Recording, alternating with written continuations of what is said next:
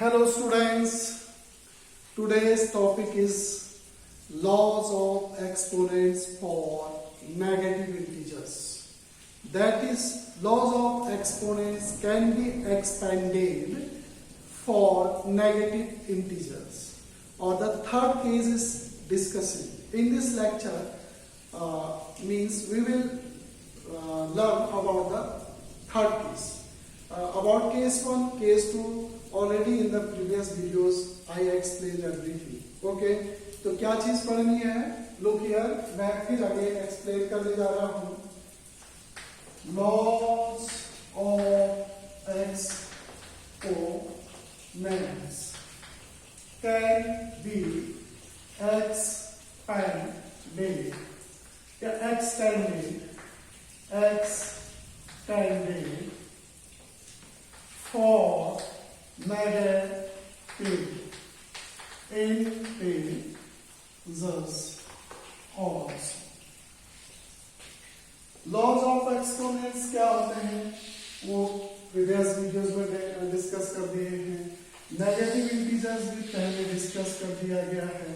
और अब आपको केस थर्ड बताने जा रहे हैं. Case third means for third law के लिए एप्लीकेशन हो रहा है. तो I will write here question. Okay,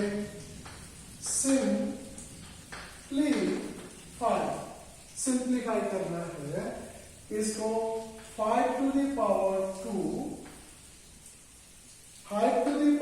2 the whole power minus 7.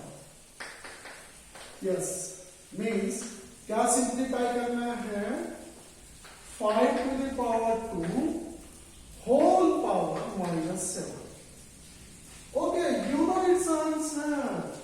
आपने पहले in the previous videos या previous classes आपने पढ़ा है a to the power n to the power n means a to the power n whole power n. क्या होता है फिर बताओ? एक्सपोनेंट्स a का एक्सपोनेंट m है, इस पूरे का एक्सपोनेंट n है. तो आपने रूल पढ़ा है, लॉ पढ़ा है, पावर्स क्या हो जाती है? मल्टीप्लाई हो जाती है. ये पढ़ा है. तो यहां पर भी है 5 to the power 2 whole power minus 7 means exponent ये भी है, ये भी एक्सपोनेंट है. तो एक्सपोनेंट क्या हो जाएगी? मल्टीप्लाई हो जाएगी. ये एक्सपोनेंट इस एक्सपोनेंट से मल्टीप्लाई हो जाएगी. ये पढ़ा है. मीन्स आंसर हो जाएगा 5 to the power minus 40. By applying this law. But check करो, ये जो लॉ प्रूव हुआ था एलएचएस से आरएचएस जो प्रूव हुआ था वो when m, n belongs to i positive या नेचुरल नंबर्स के लिए बिलोंग मींस प्रूव हुआ था. ऐसा ये एलएचएस फॉर्म है, इसका ये आरएचएस फॉर्म हम कब लिख सकते थे या हमने कब प्रूव किया था? ये दोनों ही एक्सपोनेंट को पॉजिटिव इंटीजर होना था, कंडीशंस थी. तो यहां पर इनर एक्सपोनेंट तो पॉजिटिव इंटीजर है, जो आउटर एक्सपोनेंट है वो नेगेटिव इंटीजर है. तब भी लॉ लग गया है और एक आंसर आ गया है. ओके, हम इसको फर्दर भी लिख सकते हैं 1/5 to the power 40 मीन्स इस नेगेटिव एक्सपोनेंट को हम पॉजिटिवली बना सकते हैं. ओके, अब मैं इसका एप्लीकेशन ढूंढने जा रहा हूं. मीन्स ऐसा कैसे आया है उसको बताने जा रहा हूं. ओके, फर्स्टली चेक करो 5 to the power 2 whole power minus 7. For this exponent, इस एक्सपोनेंट के लिए ये पूरा बेस बनेगा, ये पूरा बेस बनेगा. फॉर दिस आउटर एक्सपोनेंट, इस आउटर एक्सपोनेंट के लिए 5 to the power 2 क्या बन जाएगा? बेस बन जाएगा. तो उसके बाद ओके क्या एप्लीकेबल हो जाएगा? a to the power minus n का एप्लीकेशन होने जा रहा है. मीन्स नेगेटिव एक्सपोनेंट, अगर एक्सपोनेंट नेगेटिव होती है तो उसको पॉजिटिव कैसे बनाते हैं? डिवीजन लाइन डालते हैं, न्यूमरेटर में 1 लिखते हैं, डिनोमिनेटर में जो बेस है उसी को लिखते हैं, एक्सपोनेंट को प्लस कर देते हैं, माइनस n प्लस n। तो सेम रूल यहां पर भी लगेगा, डिवीजन लाइन होगी। फॉर दिस एक्सपोनेंट ये बेस बनेगा, तो न्यूमरेटर में क्या बनेगा? 1, बेस की जगह क्या आएगा? 5 to the power 2 whole power, ये एक्सपोनेंट क्या बन जाएगी? प्लस 7। ये देखो प्लस 7। तो मैं वही अप्लाई करने जा रहा हूं। अप्लाई हमने यहां पर लिखा है, apply a to the power minus n equal to 1 upon a to the power n where a does not means आपको एप्लीकेशन सीखने हैं कि यहाँ पे जो नेक्स्ट स्टेप लिखा जा रहा है, मैथ्स का जो नेक्स्ट स्टेप लिखा जा रहा है वो क्यों लिखा जा रहा है। अब आप चेक करो ऐसा क्यों लिया, इसका एप्लीकेशन क्यों हो रहा है। यहाँ पे नेगेटिव एक्सपोनेंट है, इस एक्सपोनेंट को पॉजिटिव बनाना है। तो रूल क्या है? इस एक्सपोनेंट के लिए बेस क्या है वो देखा जाएगा। बेस क्या है वो देखा जाएगा। बेस है 5 टू द पावर 2, तो उस बेस को इन द डिनोमिनेटर लिख दिया जाएगा। न्यूमरेटर में क्या बनता है? 1। ओके, न्यूमरेटर 1 बनेगा और बेस वही कॉपी होगा, लेकिन कहां कॉपी होगा? In the denominator. एक्सपोनेंट क्या है कि वैल्यू भी वही रहेगी लेकिन साइन चेंज होगा, मीन्स रेसिप्रोकल हो जाएगा। तो यहां पर भी वही होने जा रहा है। और आउटर एक्सपोनेंट को मैं पॉजिटिव बनाने जा रहा हूं, मीन्स -7 को मैं पॉजिटिव बनाने जा रहा हूं। -7 के लिए बेस बनेगा, तो ये बेस ऐसे ही कॉपी होगा और ये एक्सपोनेंट 7 हो जाएगी। न्यूमरेटर क्या बनेगा? 1। मीन्स कैसे? Bye apply a to the power -n। तो नेगेटिव एक्सपोनेंट पॉजिटिव होगी, बेस वैसा ही कॉपी हुआ इन द डिनोमिनेटर, और एक्सपोनेंट नेगेटिव का पॉजिटिव हो गया, न्यूमरेटर हो गया 1, a डज नॉट 0। आपने कहा सर ये प्रॉपर्टी, ये रूल कहां से आता है? या in the previous videos everything मैंने बता दिया। तो now the second case everybody know, applying a to the power n to the power n, इसको अप्लाई करने जाएंगे। अब आपने कहा सर आपको कैसे पता लगा कि अब ये प्रॉपर्टी अप्लाई होने जा रही है? अभी दिखाता हूं कैसे होने जा रही है। Apply a to the power n to the power n equal to a to the power n whole power n, means powers को मल्टीप्लाई करना सीखा था, m into n, और m, n belongs to I positive और n। Clear? Means ये law हमने, ये LHS था, इसको RHS ऐसा कब लिखते थे? इस कंडीशन के लिए प्रूव किया था, वेरीफाई किया था, डायरेक्ट किया था। तो चेक करो, मीन्स डिवीजन लाइन के ऊपर न्यूमरेटर में तो 1 रिमेन रहेगा, डिनोमिनेटर में ये प्रॉपर्टी आई है, देखो ये property 5 to the power 2 whole power 7 means अब पावर से पावर मल्टीप्लाई हो जाएगी। ये 5 to the power 2 whole power 7 means 5 to the power 2 to the power 7। तो पावर से मल्टीप्लाई हो जाएगी, क्यों? ये भी 2, 7 बिलोंग्स टू I पॉजिटिव। उस प्रॉपर्टी को हमने पाया है, मीन्स ये जो लॉ है, थर्ड लॉ ऑफ एक्सपोनेंट्स है, ये हमने प्रूव किया था। LHS को RHS में लिखते हैं, RHS से LHS लिखते हैं। इसका डेरिवेशन मीन्स इसका प्रूफ जो है, ये एक्सपोनेंट्स ऑफ पॉजिटिव इंटीजर थे तब किया गया था। तो यहाँ पर भी एक्सपोनेंट्स को पॉजिटिव इंटीजर बना दिया गया, तो ये मल्टीप्लाई हो जाता है। तो what will become 5 to the power 14। 5 to the power कितना हो जाएगा? 14। ये चीज कहां बनेगी? इन द डिनोमिनेटर देखो 5 to the power 2 whole power 7 power से पावर मल्टीप्लाई हो जाएगी। यस, नाउ आप फर्दर इसको सिंप्लीफाई कर सकते हैं। अब आपने पढ़ा है डिनोमिनेटर में a to the power n होता है, न्यूमरेटर में 1 होता है,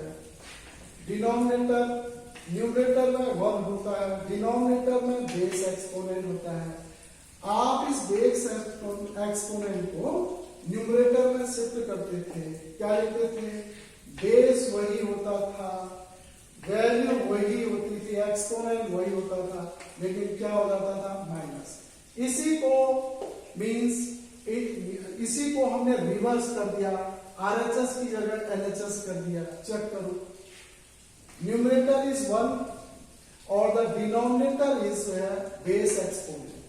तो आप बेस एक्सपोनेंट नंबर को ऊपर शिफ्ट कर सकते हैं, मींस न्यूमरेटर में शिफ्ट कर सकते हैं। इसका डिनोमिनेटर 1 होगा तो बेस तो वही लिखेंगे, base will remain the same, power exponent भी वही रहेगा, बस इसका साइन चेंज हो जाएगा, प्लस की जगह क्या होगा? Minus.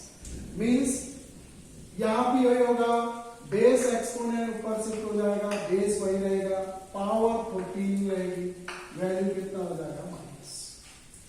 Oh, this is the real solution. अब आपने कहा सर इस आंसर को तो मैं डायरेक्ट ही कर रहा था, वही रिजल्ट आ रहा, देखो 5 to the power 2 whole power -7 means ये एक्सपोनेंट इंटीजर है, पॉजिटिव इंटीजर है, और ये एक्सपोनेंट नेगेटिव इंटीजर है, तब भी लॉ लग गया है। मींस एक्सपोनेंट से एक्सपोनेंट मल्टीप्लाई कर दो, 5 to the power 2 into -7, exponent तब भी मल्टीप्लाई होगी। मींस अब हमने एक्सटेंशन कर दिया है। ये लॉ हमने कब पढ़ा था? बोथ एक्सपोनेंट को पॉजिटिव इंटीजर बनाया था, तब ये अप्लाई था। अब ये तब भी अप्लाई हो गया कि एक एक्सपोनेंट पॉजिटिव इंटीजर है और दूसरी एक्सपोनेंट नेगेटिव इंटीजर है, तब भी एक्सपोनेंट मल्टीप्लाई हो रही है 5 टू द पावर -14। ये आंसर और ये आंसर बिल्कुल सेम है। मींस आप इसको ऐसे भी लिख सकते थे, 5 to the power 2 whole power -7, 5 to the power 2 whole power -7, 5 to the power 2 the power -7। तो पावर्स को सीधे मल्टीप्लाई कर सकते थे, पावर्स मल्टीप्लाई हो जाती है। Yes, means 5 to the power -14। ये आंसर और ये आंसर सेम है। तो ये लॉजिकल मेथड है और कॉन्सेप्चुअल है, जल्दी आंसर आ जाता है, दोनों ही आंसर सेम है। इस मेथड से हमने क्या सीखा है? अगर पावर्स एक्सपोनेंट्स नेगेटिव इंटीजर भी होती है, मींस पॉजिटिव इंटीजर की जगह नेगेटिव इंटीजर भी होती है, एक पावर चाहे एक पावर नेगेटिव इंटीजर होती है, दूसरी पॉजिटिव होती है, या दोनों ही नेगेटिव इंटीजर होती है, तो भी ये लॉ अप्लीकेबल हो जाएगा, मींस एक्सटेंडेड हो जाएगा। पॉजिटिव इंटीजर्स में तो ट्रूथ हाई था, उसके लिए तो हमने डेरिवेशन की थी। ये नेगेटिव इंटीजर्स के लिए भी ट्रू होने हो गया है, अप्लीकेबल हो गया। अगर integers are exponents are negative integer, ये इट इज अप्लीकेबल, ये अप्लीकेबल है, अप्लीकेबल हो जाए, मींस पावर्स मल्टीप्लाई हो जाएंगे, चाहे दोनों ही एक्सपोनेंट पॉजिटिव इंटीजर हो, एक पॉजिटिव इंटीजर हो एक नेगेटिव हो, और बाहर वाली पॉजिटिव हो भीतर वाली नेगेटिव हो, both are negative integer, law applicable हो जाएगा। Means a to the power n to the power n means power power से मल्टीप्लाई हो जाएगी, यहां भी पावर पावर से मल्टीप्लाई हो जाएगी। ये लॉज का एप्लीकेशन। आपने कहा सर ये रिजल्ट भी सेम है, ये रिजल्ट भी सेम है। इस रिजल्ट को जो फाइंड आउट किया गया है वो bye applying this rule, bye applying this rule. आपने कहा सर ये रूल क्यों अप्लाई कर रहे हैं? क्योंकि ये रूल जो थे एलएचएस से एलएचएस, आरएचएस से एलएचएस जो डेराइव किए गए थे, वो on the basis of by taking the exponents जो है पॉजिटिव। तो आप कहोगे सर लॉस तो आपने पॉजिटिव इंटीजर्स के लिए बनाए एक्सप्लेन किए, और आप इसको नेगेटिव इंटीजर्स में भी लगा दे रहे हो, और एक को पॉजिटिव इंटीजर ले रहे हो, दूसरे को नेगेटिव ले रहे हो। तो ये जो डाउट्स हैं, ये जो कंट्रोवर्सी है, ये उसको खत्म करने के लिए this is the first step, this is the second step, this is the third step. ऐसा क्यों लिखा गया है दिस लॉ, फिर ऐसा क्यों किया गया है दिस लॉ, क्योंकि यहाँ पे दोनों ही एक्सपोनेंट पॉजिटिव इंटीजर्स हैं। और फिर इसको भी बेस एक्सपोनेंट को डिनोमिनेटर से न्यूमरेटर में शिफ्ट किया गया है। तो इसी लॉ का मींस रिवर्स फॉर्म लगाया गया है, तो ये पावर पे नेगेटिव हो गया। मींस ये बताता है कि डिनोमिनेटर से पावर को आप न्यूमरेटर में ले जाओगे, मतलब डिनोमिनेटर से बेस एक्सपोनेंट नंबर को आप न्यूमरेटर में ले जाओगे, बेस तो वही रहेगा और एक्सपोनेंट क्या हो जाएगा माइनस है, ओके, और डिनोमिनेटर में क्या बन जाएगा 1, और फाइनली ये क्या हो जाएगा a to the power -n। तो मींस हमने ये रिवर्स फॉर्म लिख दिया, इसका रिवर्स फॉर्म लिख दिया। तो मींस अब ये एक्सपोनेंट पॉजिटिव इंटीजर हो या एक पॉजिटिव इंटीजर हो, एक नेगेटिव हो, या दोनों ही नेगेटिव हो, अप्लीकेबल हो जाएगी, एक्सटेंडेड हो जाएगी। This is the third case for negative integers powers. तो आई होप कि क्या आपको सिखाने की कोशिश की गई है, और आपकी एनसीईआरटी बुक में ऐसे केसेस क्यों दिए गए, ऐसे मींस थ्योरम्स या एक्सप्लेनेशन क्यों दिया गया है, ताकि आप कॉन्सेप्चुअली, फंडामेंटली, लॉजिकली, टेक्निकली और इनको अप्लाई कर सकें। Means by applying the real rules, ये रियल रूल्स जो डेराइव्ड किए उस रूल्स को अकॉर्डिंग टू कंडीशन लगाने से भी वही आंसर आएगा, और डायरेक्ट लॉजिकली लगाने से भी वही आंसर आएगा। तो ये दोनों आंसर बहुत करेक्ट मेथड। तो ये बताता है कि अगर एक्सपोनेंट्स नेगेटिव भी आ जाती है इंटीजर, तो भी पावर्स मल्टीप्लाई हो जाएंगे और सेम आंसर है, okay. In the next video मैं आपको फिर इसका थर्ड और फोर्थ केस दूंगा, okay. Now the class is going on.